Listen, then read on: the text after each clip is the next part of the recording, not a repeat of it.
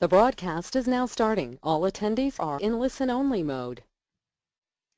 Welcome everybody to this 10-minute podcast where I'm going to share with you a few of my experiences of working as a school business manager and being responsible for identifying and negotiating a development project.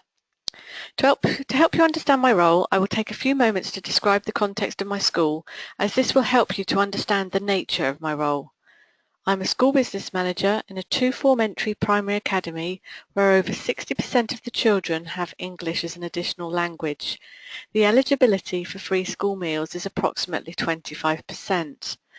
There are 420 pupils and 80 staff, and other initiatives we are involved in are we are a lead school for a National School Alliance, and we are also a national support school. So the role and responsibilities for the school business manager are very varied. I thought I would reflect on how our school became involved with mobile technologies. This project was some years ago now, but came about after my head teacher, who is a National Leader of Education, or otherwise known as an NLE, went on a trip with other NLEs to visit schools in Singapore. The purpose of the trip was to try and look at successful strategies being used in these schools and to try and then integrate them into their own schools. The one initiative he wanted to be introduced when he came back from Singapore was mobile technology into the classrooms, and I was asked to convert a rather underutilised classroom into a new state-of-the-art innovation room, which would be used for the pupils to try out the latest mobile technologies. These would include laptops, iPads and iPods. The key concepts and techniques were therefore modelled on the way schools were using mobile technologies in Singapore. Although they were not included in our vision statement at the time, the development of mobile technology was on the school development plan, and money had been set aside in that year's budget to finance this. The key challenges I faced were understanding exactly how classrooms in Singapore varied to ours, as I had not visited them, but I was able to look at lots of photos to understand how our innovation room would look. Another challenge was understanding how the new technology would be used to support the national curriculum across all subjects and not just when the pupils had specific IT lessons. I carried out a SWOT analysis, strengths, weaknesses, opportunities and threats, that stands for, and this really helped me to focus on the areas where I needed more support. But it was also a good tool to use at the governor meeting to help to explain to the governors what the purpose and scope of the Innovation Room project would be. By completing this SWOT analysis with other stakeholders, I was able to get a broader view of the issues to be faced.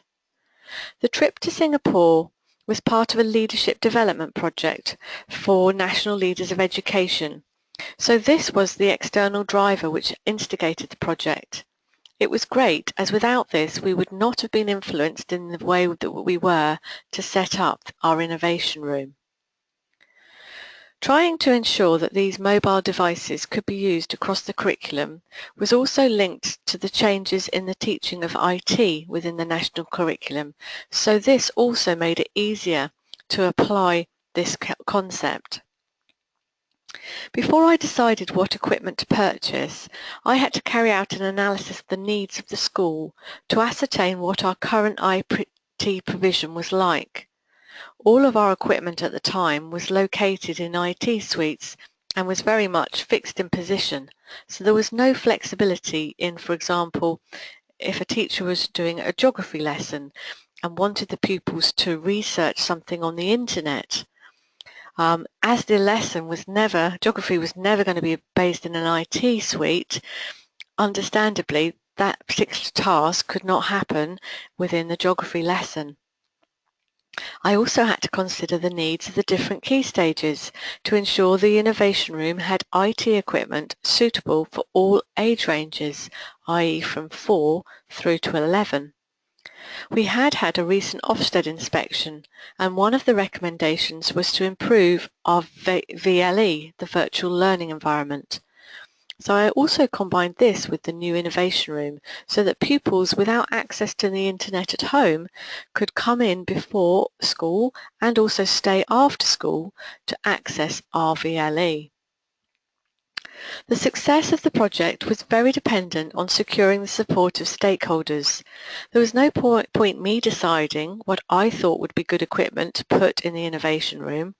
I had to meet with various staff to find out the needs of the pupils and teachers and base the project around their requirements.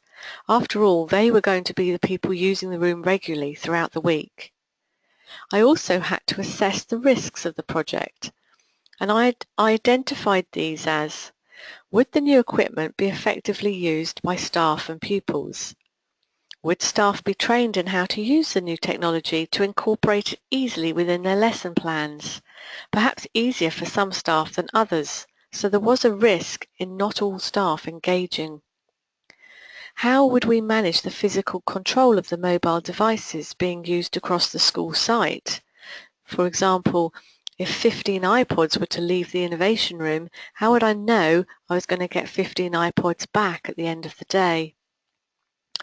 Also, the uplift in the financial value of our IT equipment needed to be covered by additional insurance. I had to ensure that all of these risks were minimised by putting in place appropriate strategies, and these included asking for CPD sessions to be run on inset days to train all staff on how to integrate the technology within the national curriculum. I introduced a booking form so that all equipment leaving the Innovation Room could be signed out and then back in again.